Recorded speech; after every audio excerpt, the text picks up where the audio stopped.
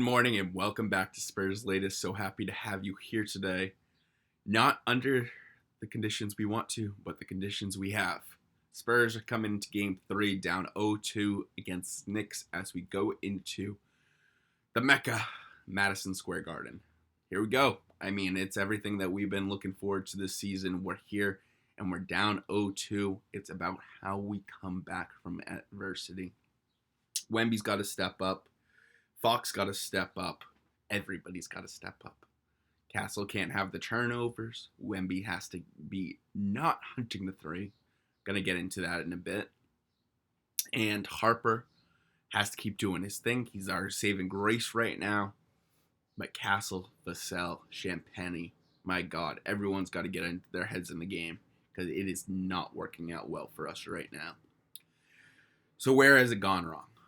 Game 1, blowout. Game 1 was a blowout. We could not figure them out in the fourth quarter. You know, we were keeping them at bay for most of the game, and then they just destroyed us in the third and fourth. You know, can't live with those games. We just got destroyed. I mean, Wemby was just not good enough.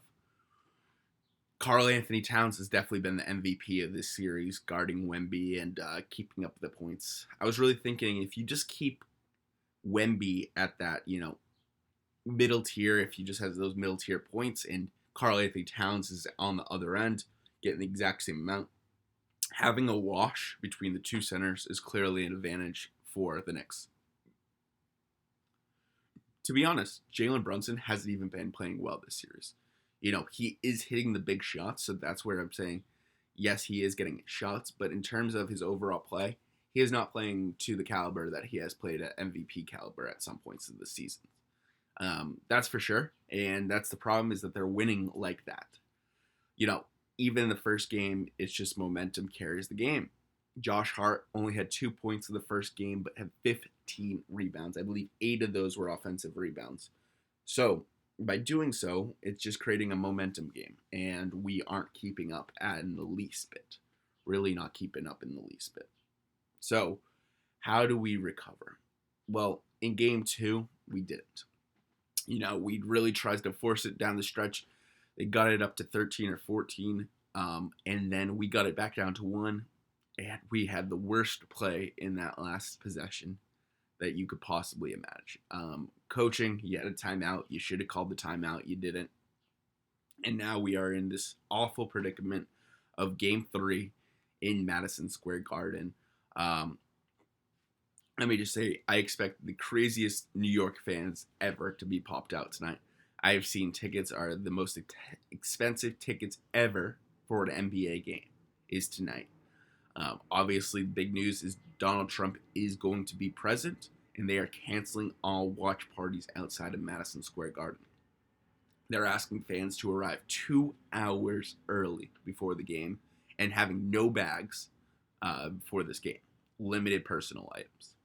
So, it's going to be a crazy atmosphere. I don't know how they can cancel the watch parties if they just know New York fans are going to show up outside the Garden. They're going to be somewhere. If they're not going to be at the Garden, they're going to be somewhere else. So, I don't think that's a really smart decision making by their, ownership or the facilities at Madison Square Garden. I know that's for Donald Trump, and they're doing extreme security, and that is very, very clear. But they are not having the watch party.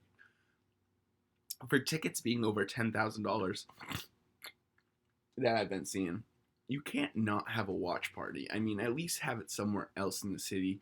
It was not the mayor's call. It looked like it was Madison Square Garden's and James Dolan's call. So,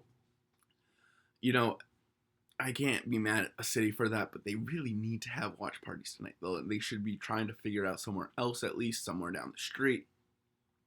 But to not have a watch party is pretty awful, especially when the average fan can't attend this game because of the pricing.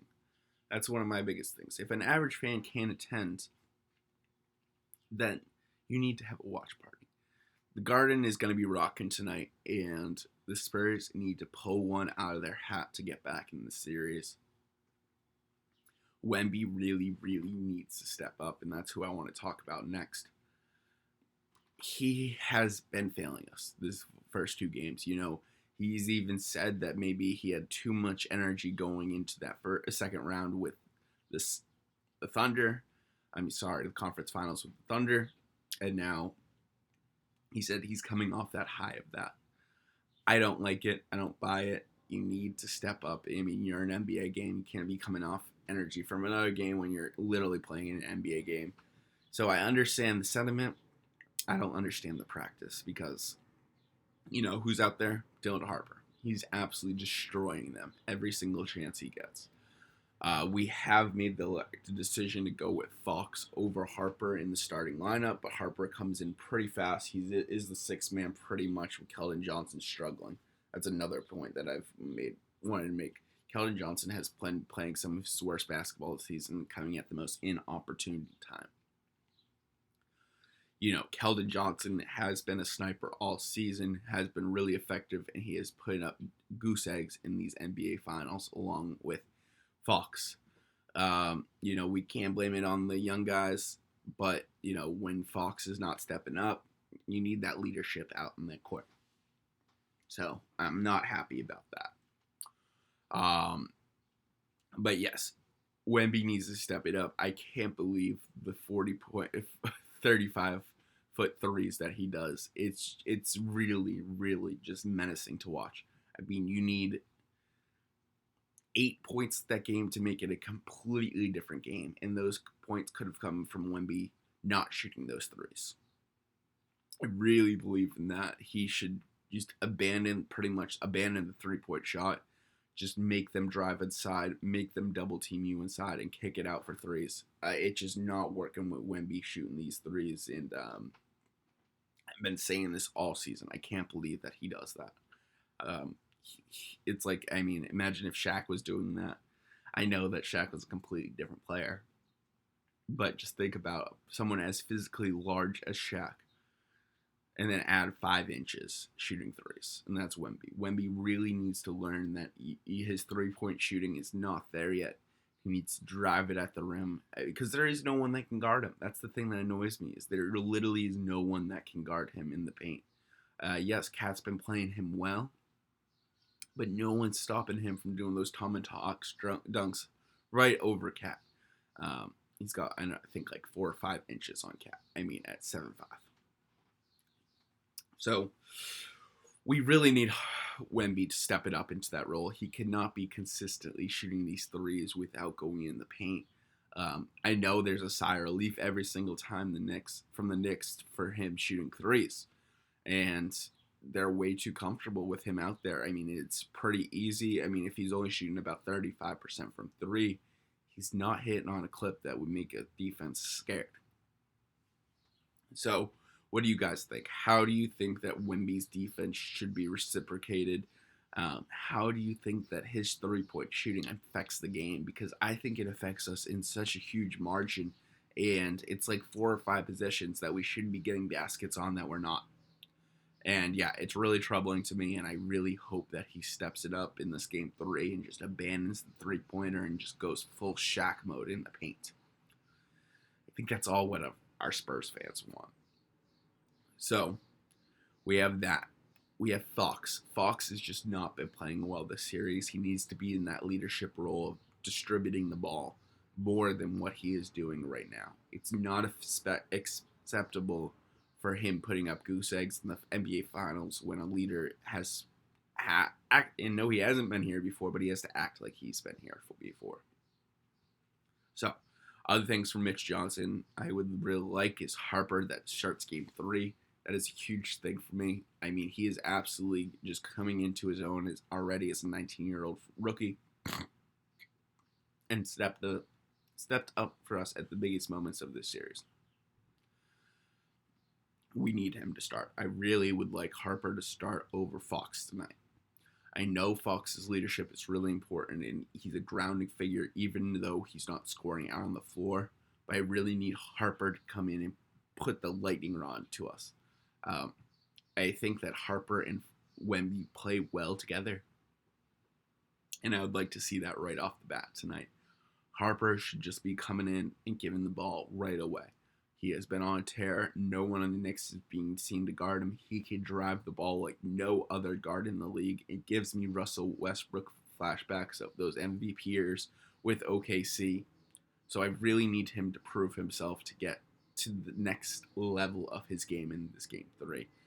You're asking so much of a rookie, but when your teammates aren't stepping up, that's all you got. I'll take whatever we got for firepower at this point. Game 3, down 0-2. Start Harper. Start Harper over Fox, please. All right, well, that's it from Talking Sports today. I do want to talk about some what I watched this weekend. You know that we do a lot of movie reviews around here. Spurs Latest is also some entertainment. I always throw some entertainment on the end of these streams. So I did see Obsession this weekend. Such a great movie. I will give you all my thought process. So number one, it's a movie about this couple that a guy makes a wish that his girl is obsessed with him more than anyone in the world, and Shirley does that. This girl can act. What a great performance from this actress. I have not seen her in anything. She plays the demon girlfriend in this movie. I really do like horror movies, so seeing a movie with such a great plot about how she moves as a demonic girlfriend, being obsessed with her boyfriend under a spell, I would give this movie a solid 8 out of 10. I put it right under for my reviews. We'll pull up my reviews later this week, but put it right under Send Help. I put Send Help right above it. That, and then Begonia was right below that. So, I mean, in terms of my horror movies or, alt movies, definitely lived up to the hype.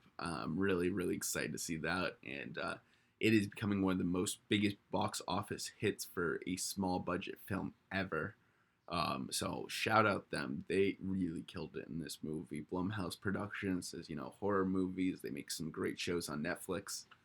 So if I could give it my full recommendation, I will. So please go watch Obsession. Awesome movie. I saw it with my fiance, and it's like every single moviegoer last night was in a couple, so I feel like it's a big couples movie, definitely, for sure. It's a great movie, so I definitely implore you all go watch Obsession as soon as you can. Great movie, and worth every penny to go see in the movie theaters. It's definitely a movie theater movie, so I definitely implore you to see it in the movies before it comes to streaming. Well, that's it for Obsession. Let's go Spurs. We have game 3 tonight. It's everything we've been looking for. Not the circumstances we want, but the circumstances we've been given. Let's go. Go Spurs, go. And I will see you when we win tonight.